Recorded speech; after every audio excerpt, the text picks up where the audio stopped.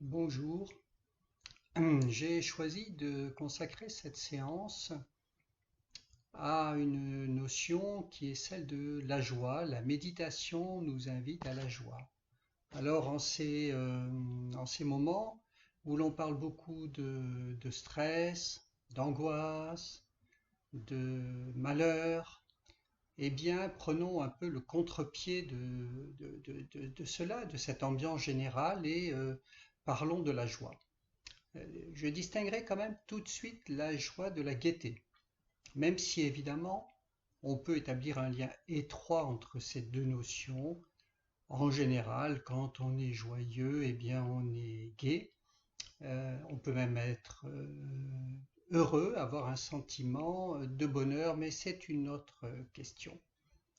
La joie, plus profondément, de manière plus spirituelle, c'est ce à quoi nous invite saint Augustin, le théologien, lorsqu'il nous recommande de prier dans l'Église et de nous laisser glisser vers la relation à Dieu dans un sentiment plein de respect et de joie.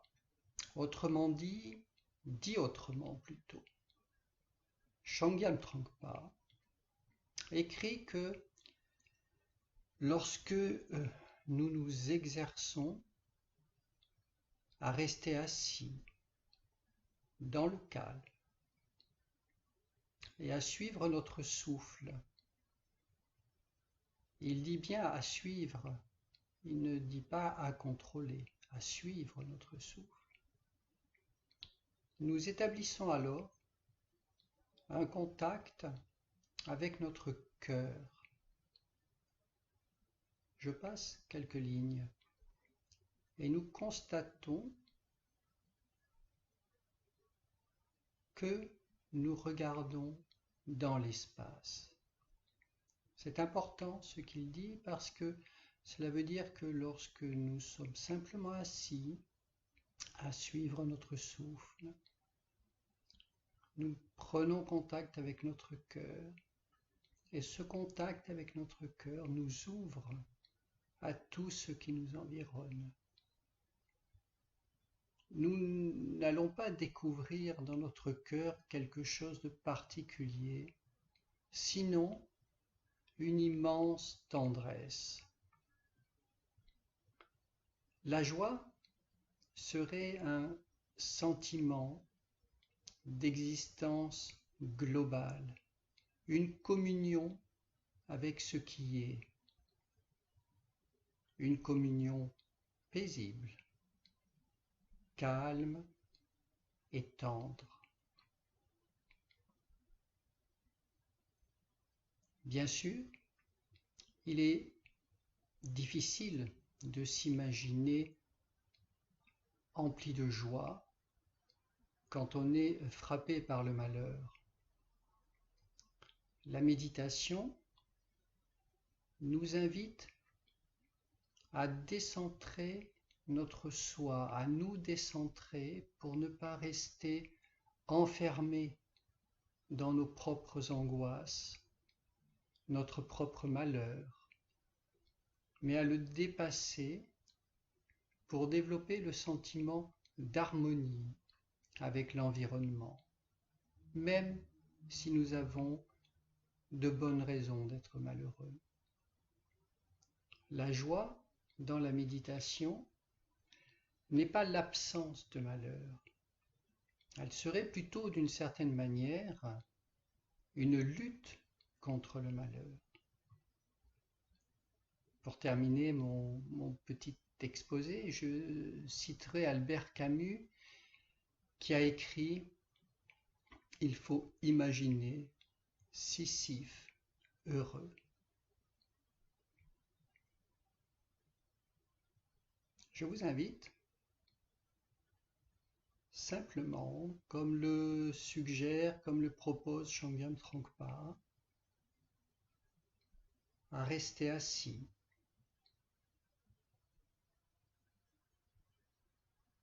à ressentir notre assise, parce que cette assise va nous permettre d'entrer en contact avec notre corps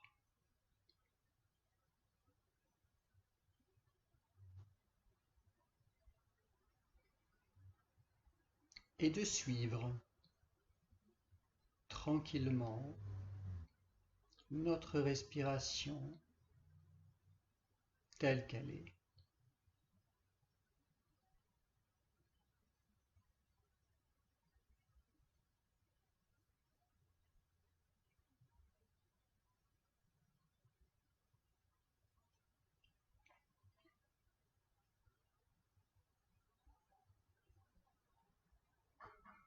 Si cela peut nous aider, nous pouvons porter une attention plus particulière. Non pas une concentration, hein, j'insiste vraiment, juste une attention à notre cœur.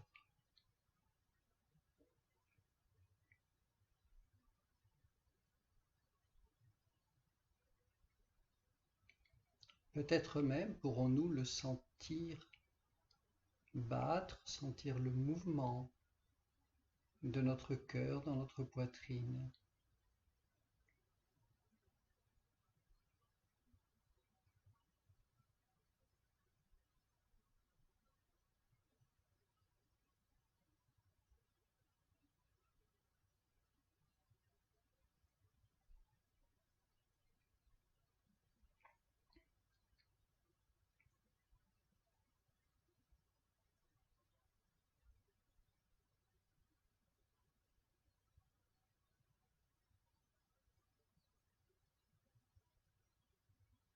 Peut-être pourrez-vous ressentir ce désir, cette envie, ce mouvement vers ce qui est en dehors de nous, ce qui nous environne, vers l'espace, regarder vers l'espace, comme le dit Shangyam Trungpa.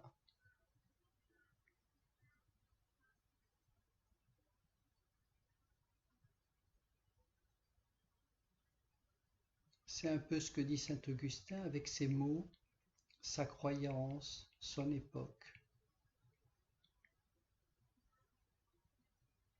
Regarder vers l'espace et entrer en communion avec ce qui nous environne, que nous le voyions ou pas.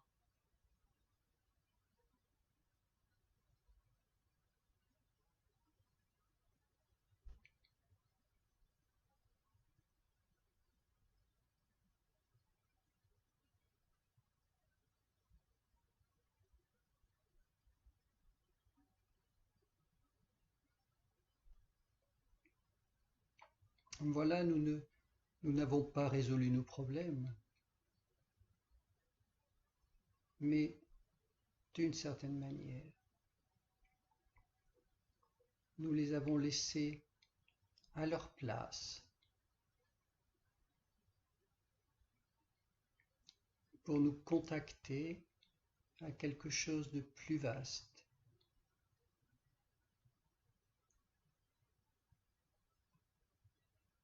Qui va ouvrir notre cœur pour mieux affronter nos problèmes.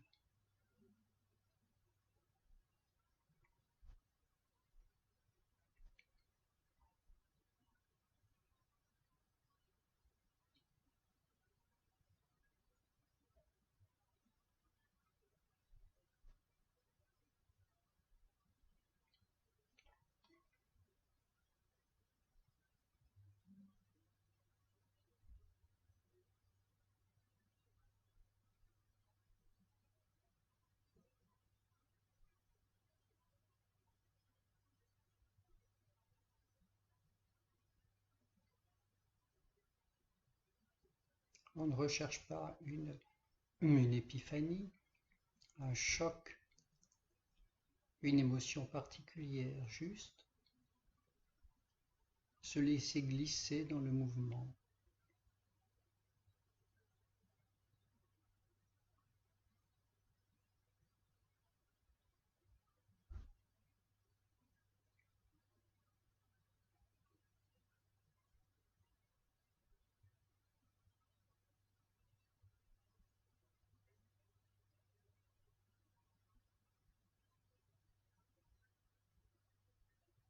Je vous souhaite une bonne méditation